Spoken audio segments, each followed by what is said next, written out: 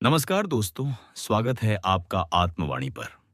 आज हम सुनेंगे असली भक्ति और दोस्ती की एक प्रेरणादायक कहानी। तो चलिए शुरू करते हैं। बहुत समय पहले की बात है। द्वारका नगरी में भगवान श्री कृष्ण राज कर रहे थे। उनका वैभव, उनकी संपत्ति और उनका यश दूर दूर तक फैला हुआ था। परंतु उसी समय एक छोटे से गांव में बहुत ही गरीब ब्राह्मण सुदामा अपने परिवार के साथ कष्टमय जीवन व्यतीत कर रहे थे। सुदामा और श्री कृष्ण की मित्रता बचपन से थी। दोनों ने गुरुकुल में साथ साथ शिक्षा प्राप्त की थी। श्री कृष्ण राजा बन गए और सुदामा एक निर्धन ब्राह्मण। लेकिन सुदामा के मन में कभी भी ईर्ष्या या शिकायत का भाव नहीं आया। उनका हृदय श्री कृष्ण की भक्ति से भरा हुआ था। सुदामा की पत्नी को जब यह ज्ञात हुआ कि उनके पति भगवान श्री कृष्ण के प्रिय मित्र हैं, तो उसने आग्रह किया, स्वामी, क्यों ना आप अपने मित्र के पास द्वारका जाएं। शायद वे आपकी कुछ सहायता कर सकें। कम से कम बच्चों के लिए कुछ अन्न ही मिल जाए। सुदामा पहले तो संकोच करते रहे।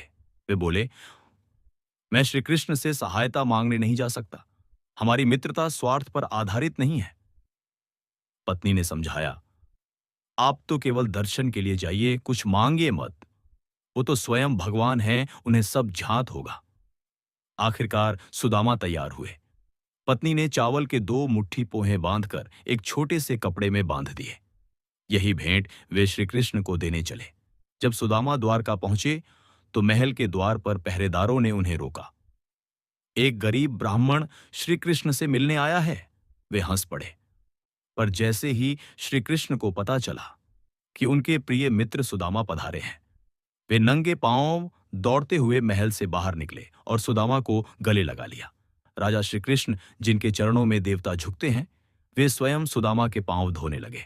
सुदामा की आंखों से आंसू बह निकले। श्री कृष्ण बोले, मित्र, तूने आने में इतनी देर क्यों कर दी? क्या मुझे इतना भी लायक नहीं समझा कि अपने दुख मुझसे कह पाता? श्री कृष्ण ने मुस्कुराते हुए पूछा, मित्र, क्या तुम मेरे लिए कुछ लाए हो? सुदामा लज्जा से कांपने लगे। उन्होंने वह छोटा सा पोटली श्री कृष्ण को दिया, जिसमें सादी सी पिट्ठी पोहे थे। श्री कृष्ण ने वो चावल ऐसे खाए जैसे अमृत हों। वे हर कौर के साथ आनंद से भर उठे। रुक्मिणी जी भी यह देख रही थीं और वे समझ गईं कि ये चावल नहीं, प्रेम है। सुदामा 3 दिन श्री कृष्ण के पास रहे, लेकिन उन्होंने कोई शिकायत नहीं की, कोई मांग नहीं रखी।